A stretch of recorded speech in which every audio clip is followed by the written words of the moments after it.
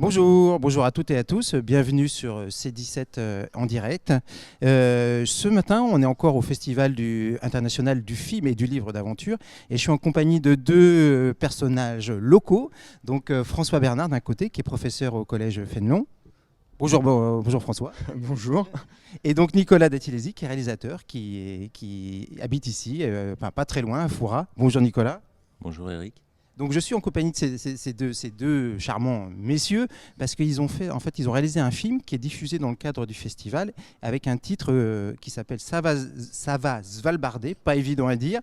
Donc tout de suite on va demander à Nicolas, mais pourquoi ce titre ? Alors en gros, toujours le truc quand tu choisis un titre pour un film, moi pour ce qui me concerne, j'aime bien que ça soit un titre qui n'existe pas ailleurs. Là, c'est un peu le cas. J'avais un peu pensé à Autant en emporte le vent, mais ça marchait un peu sans plus, parce qu'il y avait des gens qui l'avaient déjà utilisé avant. Et Svalbard, c'est pas très connu le Svalbard, mais c'est le sujet de notre film.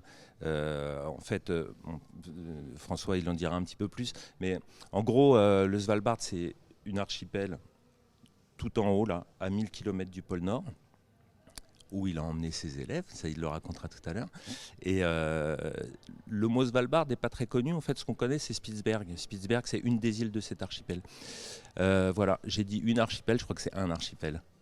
Justement, François, alors quelle est la genèse de ce projet ? Pourquoi avoir emmené des élèves dans ce lieu, sur cet archipel ? Bon, il y a différentes raisons, mais pourquoi cet archipel ?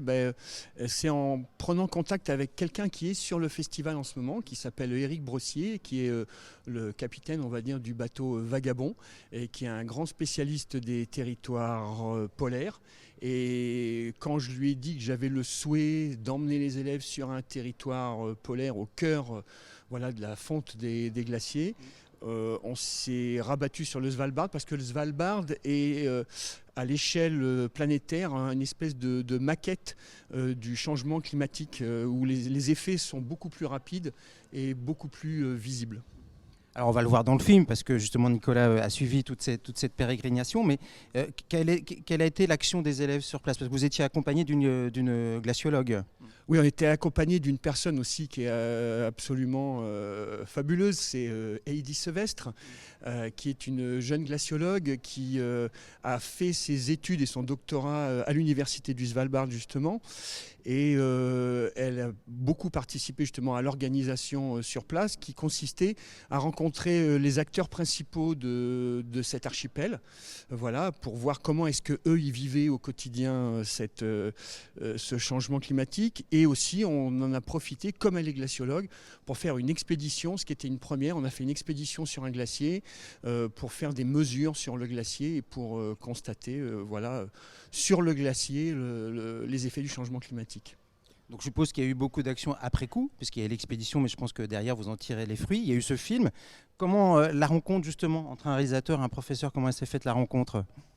En fait, au démarrage, moi j'étais sur un autre film l'an dernier, il y a un an de ça, parce qu'en fait, l'une des premières rencontres, c'était ici au Festival du film d'aventure, une présentation du projet Demain c'est nous. En fait, moi je faisais un documentaire qui s'appelle Les Mémoires du ciel, qui vient de se terminer aussi. L'avant-première, c'était la semaine dernière aux Escales Documentaires, et avec Anecdota Production, bien connu aussi dans le coin, Didier Roten. Et en fait, c'est un film qui se balade, va chercher un petit peu dans les archives et dans les traces du passé et essayer de comprendre le temps d'aujourd'hui, quoi. Et dans le cadre de ce film, on avait prévu d'aller accompagner la classe Demain c'est nous, en tout cas d'aller les rejoindre pendant 2 ou 3 jours sur place pour aller étudier ce qu'on appelle, ce qui est finalement les archives les plus anciennes climatiques, c'est bien les glaciers aujourd'hui. Et donc on a fait connaissance avec François et puis on s'est dit quand même c'est dommage, moi je me suis dit je vais pas aller dans le nord pour 2 jours, quoi. C'est super loin, j'avais envie d'y passer plus de temps. On a bien accroché avec François et puis il m'a dit ok. Et donc voilà, je suis parti les 12 jours et j'ai fait un autre film. Donc Nicolas aussi a parlé de Demain c'est nous. Justement, c'est un enseignement qui s'appelle Demain c'est nous. Est-ce que tu peux nous en dire un petit peu plus, François, sur cet enseignement ? Ce qu'il y a, c'est que de façon un petit peu, on peut dire, précurseur. Il y a 3 ans, pratiquement maintenant, j'ai eu envie d'enseigner autrement et de parler du changement climatique auprès des élèves parce que je trouvais que c'était un enjeu vraiment important de notre époque et en plus qui concerne complètement les élèves de cet âge-là puisque c'est leur avenir qui est en cause. Et au collège, il n'y avait rien sur ça. C'était abordé, mais de façon très ponctuelle dans certains cours. Et j'ai demandé avec donc mon chef d'établissement, j'ai demandé à créer carrément une option. C'est-à-dire 2 heures par semaine voilà, pour parler de ce sujet-là. Et je voulais aussi justement qu'il y ait cette dimension très très proche de la réalité et de la nature en disant moi je vais les emmener carrément au pôle Nord, voir les glaciers fondre. Voilà, c'est comme ça que c'est né. Merci François, merci Nicolas. Je vous laisse, vous allez rejoindre justement le public qui va aller voir ce film. Le film est diffusé ce matin à 11h, donc vous avez encore le temps de venir, il y a de la place, donc n'hésitez pas. Mais peu quand même. Donc venez voir ce film. De toute façon, je pense que le film il va tourner, il va être diffusé sur d'autres canaux. Il y a cet espoir. C'est vraiment sa naissance. Il a été terminé le 31 août, juste au moment de la date butoir là, pour l'inscription au festival. Et c'est sa première projection, quoi. C'est un inédit pour le festival, mais aussi pour tous. Après, on espère bien qu'il va se balader un peu partout en France. Apparemment, il y a d'autres festivals qui s'intéressent à ça. Donc, bon, eh ben, bonsoir, au revoir à tous, et puis à bientôt sur C17. Et puis, n'hésitez pas à aller voir le film de François et Nicolas. À bientôt, au revoir.